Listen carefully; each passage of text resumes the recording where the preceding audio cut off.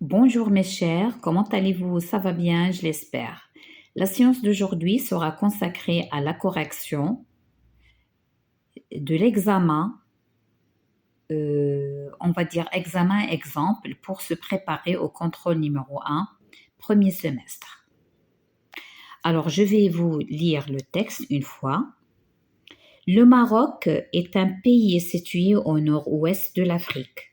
Il est bordé par l'océan Atlantique à l'ouest, par le détroit de Gibraltar et la mer Méditerranée au nord, par l'Algérie à l'est et au sud par la Mauritanie. Il a pour capitale Rabat. Le Maroc est une monarchie constitutionnelle dont le souverain actuel est Mohamed VI.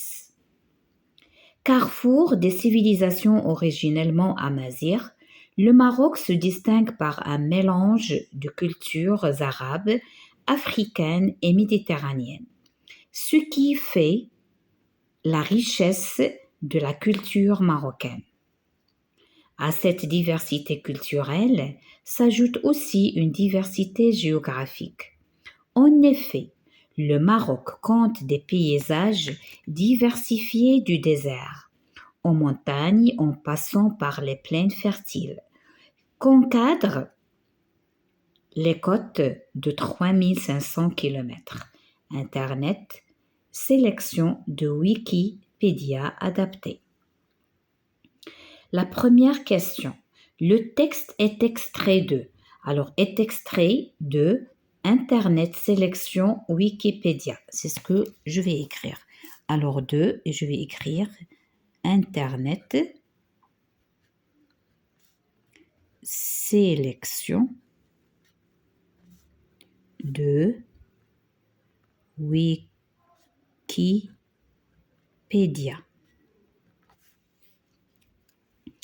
La deuxième question, ou bien B de la première, le texte est composé de paragraphes, c'est-à-dire on va compter les paragraphes.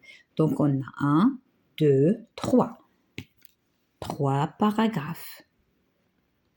Les paragraphes, pour les connaître, soit il y a un espace ici, chaque fois un espace avant de commencer l'écriture, ou bien un espace entre les parties du texte. La question numéro 2, donne un titre à ce texte. Alors, de quoi on parle ici? Le Maroc, tout court. Le Maroc. Sans oublier la majuscule parce que Maroc, c'est un nom propre. De quoi parle ce texte? Alors, le texte parle de la civilisation marocaine ou bien de la situation géographique et culturelle du Maroc. Vous pouvez écrire tout ce que vous voulez, ou bien de la richesse de la culture marocaine. Donc, il y a plusieurs réponses. Alors, on va dire, le texte parle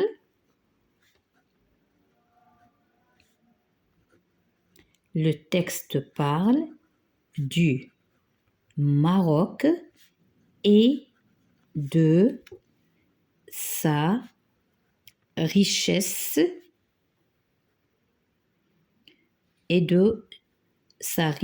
culturelle.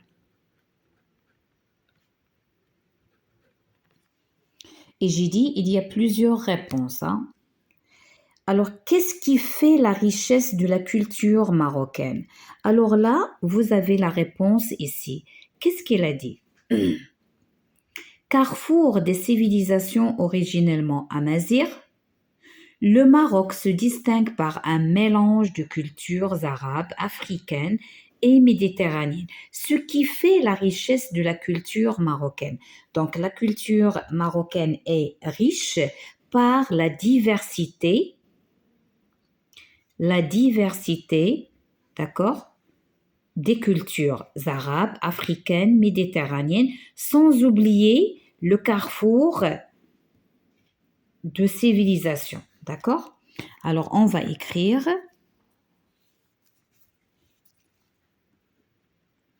la culture La culture marocaine est riche par la diversité, par la diversité et le mélange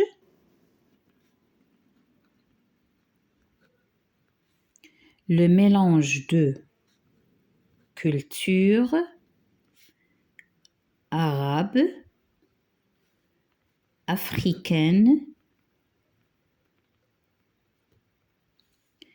et méditerranéenne.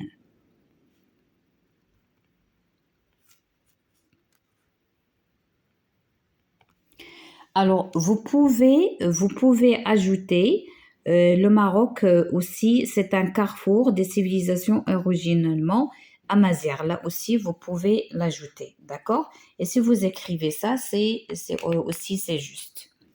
Alors maintenant, je vais passer aux activités de langue.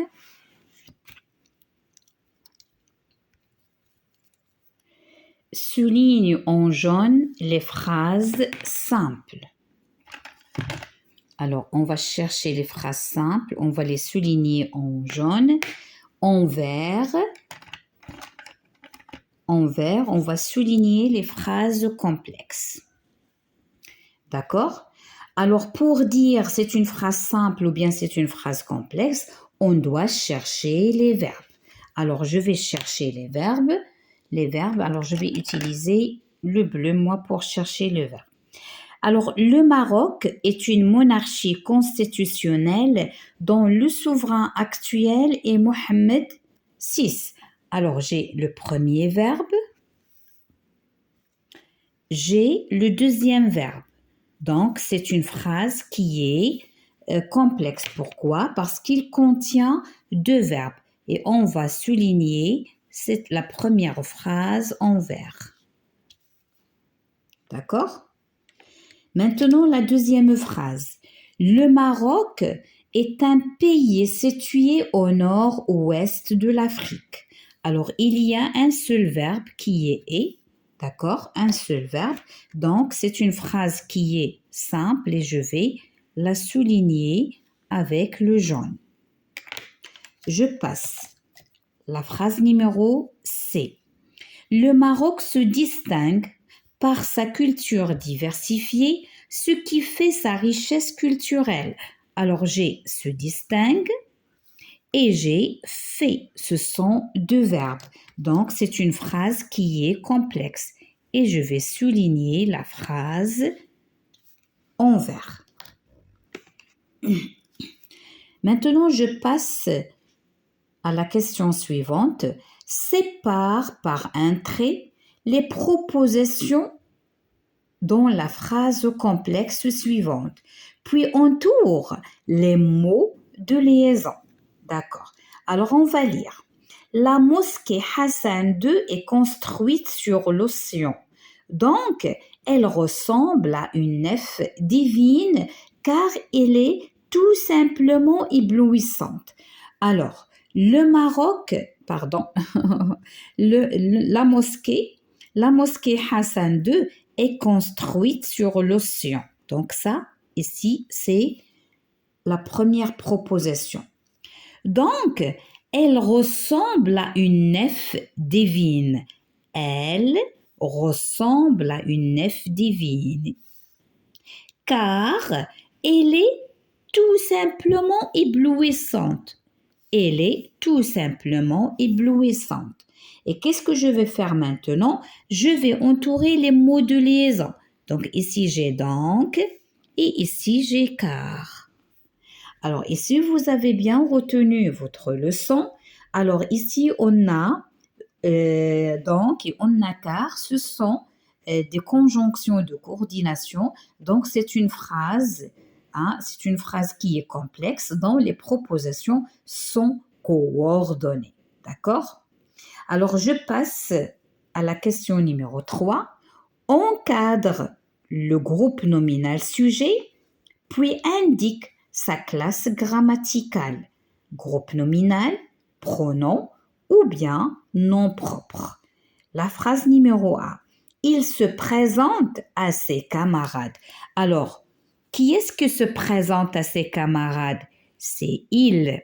Et qui est il? C'est un pronom personnel.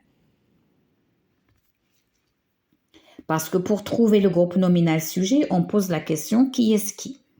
La phrase suivante. Amir est un élève sérieux.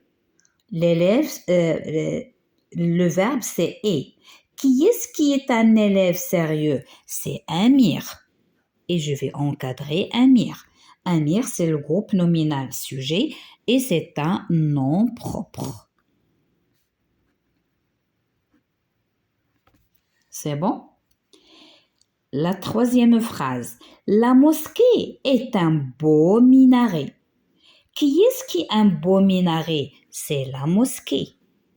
Et c'est quoi la mosquée? On a déterminant plus nom. Donc, c'est un groupe nominal. C'est bon? Je passe à la dernière question de grammaire. Entoure le groupe verbal en vert. Donc, je vais entourer le groupe verbal en vert. Et puis, souligne le groupe nominal sujet en noir. Le groupe nominal sujet, je vais le souligner en noir dans chaque phrase. Alors,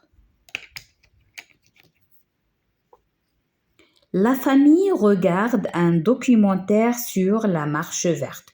Où est le verbe? Le verbe, c'est regarde. Donc, le groupe verbal, c'est regarde un documentaire sur la marche verte. Qui est-ce qui regarde un documentaire sur la marche verte? C'est la famille. Donc, la famille, c'est un groupe nominal sujet. Je passe. Nous sommes fiers de ces monuments. Où est le verbe? C'est sommes. Donc, le groupe verbal, c'est sommes fiers de ces monuments. Qui est-ce qui sommes fiers de ces monuments? C'est nous. Donc, le groupe nominal sujet, c'est nous. Maintenant, on va passer à la conjugaison. Indique si les actions de chaque phrase se déroulent dans le passé, dans le présent ou dans le futur. Alors, pour trouver la réponse, dans chaque phrase, on va chercher s'il y a un indicateur du temps qui nous indique ça. Sinon, on va voir la conjugaison, le temps de conjugaison. Nous irons à Agadir la semaine prochaine. Alors, on a la semaine prochaine et ici, on a le verbe au futur. Donc, c'est le futur. L'été dernier, les enfants ont ramassé beaucoup de coquillages. On a l'été dernier et on a le passé composé. Donc, c'est le passé. Les baigneurs s'amusent sur la plage. Alors ici, je n'ai pas l'indicateur du temps, mais j'ai le verbe qui est au présent. Donc, c'est présent. Hier, les invités ont pris du thé avec nous. J'ai hier et j'ai le passé composé. Donc, c'est le passé. Je passe à la question numéro 2. Trouve l'infinitif de ces verbes conjugués, puis donne son groupe. Le groupe, ou bien dans le groupe. Vous participez. Alors, c'est le verbe participer. Participer. Alors, ici, pour trouver l'infinitif, on met il faut. Donc, je vais dire il faut. Donc, toujours, il faut mettre cette expression. Donc, il faut quoi? Il faut participer. Donc, il y a ER, c'est un verbe du premier groupe. Le même principe, on va introduire il faut. D'accord? Les arbres fleurissent. Il faut fleurir. Donc là, c'est un verbe de deuxième groupe. Fleurir. Deuxième groupe. Ils vont. C'est quel verbe? Ils vont. Ils vont, c'est le verbe aller. Il faut aller. C'est un verbe du troisième groupe. D'accord? Maintenant, je passe à l'orthographe. Classe les mots suivants dans le tableau. Alors, on voit la lettre C. Je vois C, je vois C, je vois C. Mais ici, j'entends K, j'entends S, j'entends Ch, je n'entends rien. Alors, le premier mot, c'est chant. Donc, c'est ici. Le deuxième mot, c'est écouter. Le son K. Ici, c'est hameçon, l'hameçon, avec quoi on pêche les poissons. On la colle dans l'hameçon dans la canne à pêche. Circonflexe. Alors, circonflexe, on va l'écrire dans deux places. Ici, il y a si et ici, il y a quand. Donc, circonflexe. Ici, c'est chorale. Bon, il ne se prononce pas. Acheter, c'est le son ch. Et ici, on a la comptine. Comptine, c'est le son K. Je passe barre l'intrus. Corde, son, congé, carafe. Alors là, il y a le son K, le son S, le son K, le son K. Donc, je vais barrer son. Français, maçon, traçage, citron. On entend le son S, mais regardez ici, il y a la CD, la CD, la CD. Ici, il n'y en a pas. Donc, je vais barrer citron. Complète avec ou avec accent. Ou sans accent, elle désigne le choix. Ou avec accent, elle désigne le lieu ou bien le temps. D'accord? Ici, ou, on va le remplacer par ou bien. Et ici, ou bien d'où. Ça vient de d'où. Où se dirige cet avion? À Casablanca ou à Paris? Où? C'est le lieu. Ça, c'est le choix. C'est là où. C'est là où j'ai rencontré ma maîtresse de l'année dernière. C'est un lieu, un endroit. Comment il s'appelle? Alors là, comment il s'appelle le nouvel élève? Omar ou Mohamed? Sans accent. Alors maintenant, on va relier le verbe faire à chaque expression ou bien à chaque verbe. Alors, il fait des courses. Qu'est-ce que ça veut dire il fait des courses? Il fait des courses, c'est-à-dire c'est acheter. Elle a fait un cadeau à sa maman. C'est-à-dire, c'est offrir. Offrir un cadeau. Elle fait un repas. Elle fait un repas, ça veut dire qu'elle prépare un repas. C'est préparé. Elle fait une balade. Il fait une balade, ça veut dire qu'elle se promène. Et bien sûr, la dernière, elle fait la grasse matinée, c'est dormir. D'accord? Donc, chaque fois, comme vous voyez, on a le verbe faire qui change de sens, ça dépend du contexte où il peut se trouver. Et il y en a d'autres. Pour faire et pour d'autres verbes, il y en a pas mal. Le verbe mettre, le verbe prendre, d'accord, le verbe tirer, il y en a pas mal d'exemples. Maintenant, la dernière question de vocabulaire. Entoure les noms des épices et souligne les plats. Alors, les noms des épices, on va les entourer. et les plats, on va les souligner. Alors, couscous. Couscous, c'est un plat. La cannelle, c'est une épice. Poulet aux olives, c'est un plat. Gingembre, épice.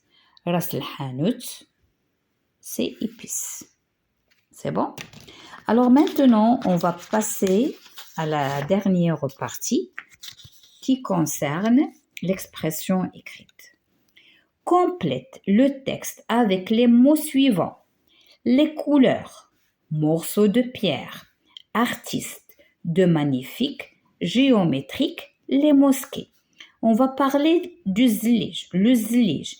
Les zliges sont quoi? Des morceaux de pierre.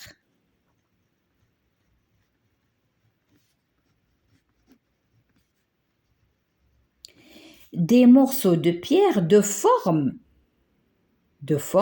géométrique.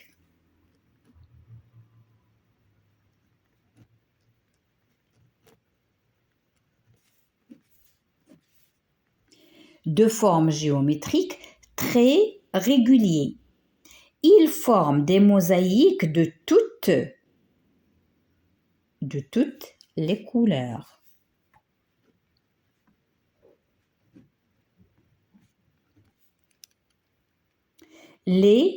Utilisent les zliges pour décorer le sol ou les murs. Alors qui? Ce sont les artistes. Utilisent les zliges pour décorer le sol et les murs. On trouve zliges dans les palais, les fontaines et les médersas. Alors on trouve de magnifiques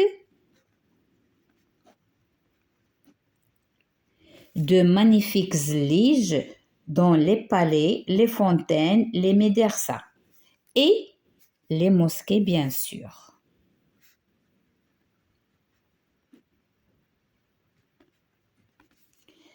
C'est bon, alors je vous laisse à la séance prochaine et amusez-vous à colorier. Ça, on l'appelle moucharabi ou bien, mais il faut respecter les couleurs. Par exemple, si vous coloriez ça en rose, là en jaune, en rouge ou bien en vert ou bien en bleu, vous devez faire la même chose dans ce quadruplé, d'accord?